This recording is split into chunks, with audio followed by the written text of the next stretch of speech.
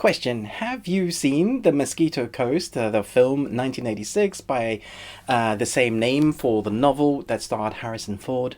Let me know in the comments. Did you enjoy that? And welcome back to the Ruby Tuesday. My name is Ruben, and this is my review for an Apple TV original series called Mosquito Coast, based on the novel, also based on the TV series. Let's jump into it. Let me know your thoughts on this in the comments below. An idealist uproots his family and moves them to Latin America. Okay, so there are 7 episodes, about 45 to 50 minutes a piece. It stars this family named Margot and Ali and Dina and Charlie, a brother and a sister and a husband and wife.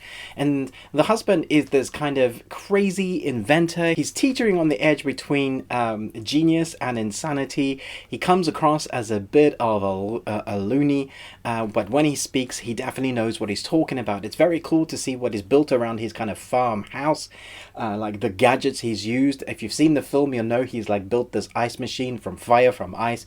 That's one of the core moments in the film, and it's one of the core moments in the series. But at the beginning, it does feel like, however, if you've seen the film, you're like, why do I need to watch the series? If I've seen the film, it does feel like the first half of the movie is the series, because basically it's the story of them leading themselves up into the Mosquito Coast.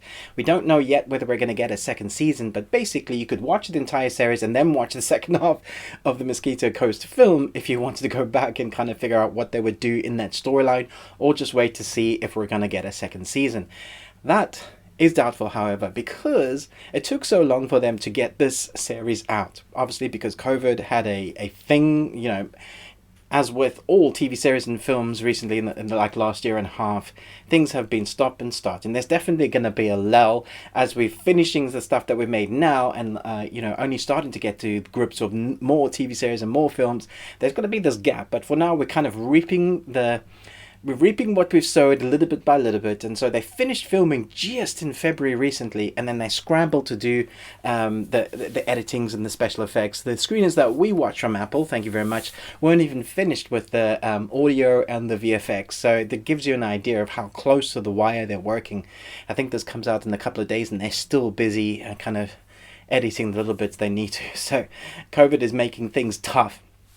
The location wise, there's I think 3 or 4 main locations. They don't really work with sets. It's all kind of on location, well, semi on location, but the locations themselves are very vibrant, which lends itself to the creative cinematography.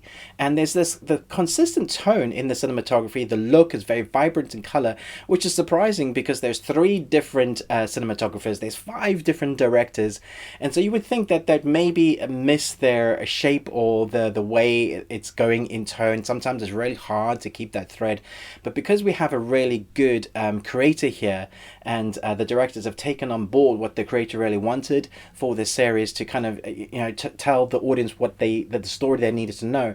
There's this thread of consistency throughout the 7 episodes that made it feel very well realized, very well thought out.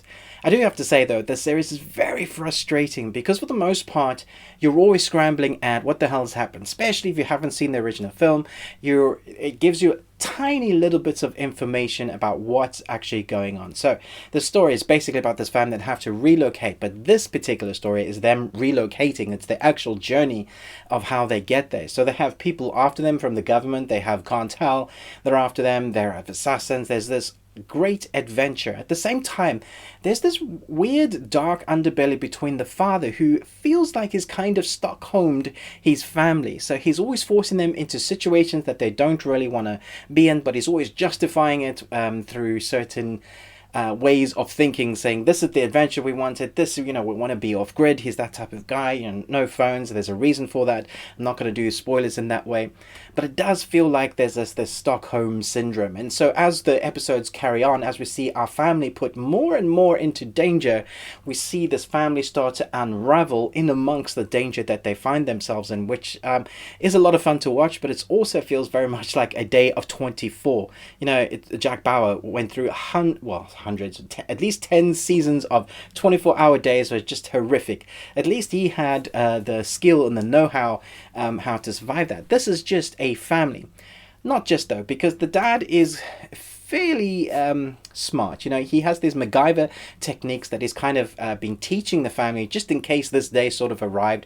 And so the way they get out of situations is very interesting. There's a lot of kind of, I'm going to MacGyver this to make that thing do that thing for us to get out of this, and it's going to take many steps. And that for me was partly why it was very interesting. It's also very good that they kind of go along with not just this family. We see a little bit of the agents that have been following this case, and I really like their characters. I really wanted more from the two agents that we get.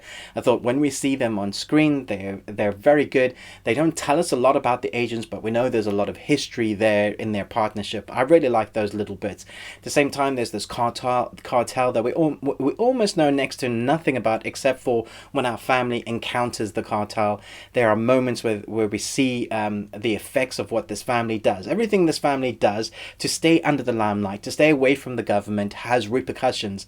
It does feel like this family has a little bit of plot protection though, because they seem to be the ones that are always protected, and everybody else around them gets hurt or killed, depending on who you are, what your character is. Have you been written? Are you wearing the red shirt? Are you that Star Trek character that's wearing the red shirt? Like, I have a name. You have a last name. Do I? Those characters, you just feel sad for them. It's like, yeah, you're totally going to die, or you're totally going to get maimed. But this family has a plot protection that's written into the storyline. There's definitely moments where you're like, I'm not sure what's going to happen with these guys, but I can see where it's going, and I know there's another 3 episodes, so I think that's probably where this is going to go. Neil Cross is actually the creator of this series, and he directed, is very much a British director here in the UK, so he directed Spooks, Luther, which is excellent, very dark again, and a few Doctor Who episodes. So it has that sort of vibe in the creation, but I think his type of storytelling is very tight. Yes, you are tight like a tiger. So it does feel like a well-constructed story that does have a fruition, and it could just end there, although it is a semi-open-ended story, like ending, which kind of makes you feel like, okay, I've sat through all of this, now what is my reward? Like, what is the reward? Why has the family done this? It feels like a little bit heavy when they end the way they do. There is this tension in the family members, and you're like, why is they, why? I want to know more. Can't I see the next bit? And we don't know how long it's going to take them to do a second season. So Paul Theroux is Paul Theroux, or however you pronounce his surname, is the author of the book that this series is based on and the film is based on, and the lead is Justin Theroux, who is the nephew of the author. So I guess it pays to know somebody in the biz. Justin Theroux was married to Jennifer Aniston for 2 years, so there's a little bit of trivia news for you. I thought this was very entertaining. The episodes flew by, that's a new word for you, flew by.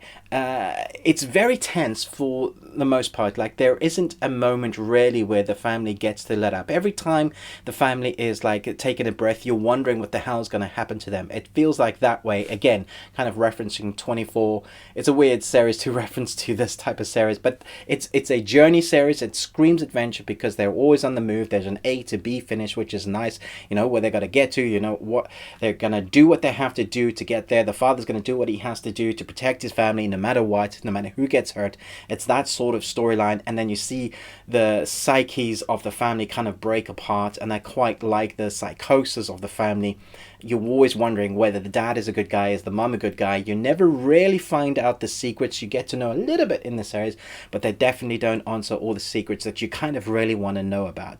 So let me know in the comments below, are you excited about this Apple TV series? Which is your favorite Apple TV series so far? I thought Servant was excellent, especially season 2, gripping, creepy. But yeah, let me know in the comments below. Thanks so much for watching this, but most of all, until next time, remember, live long and Tuesday.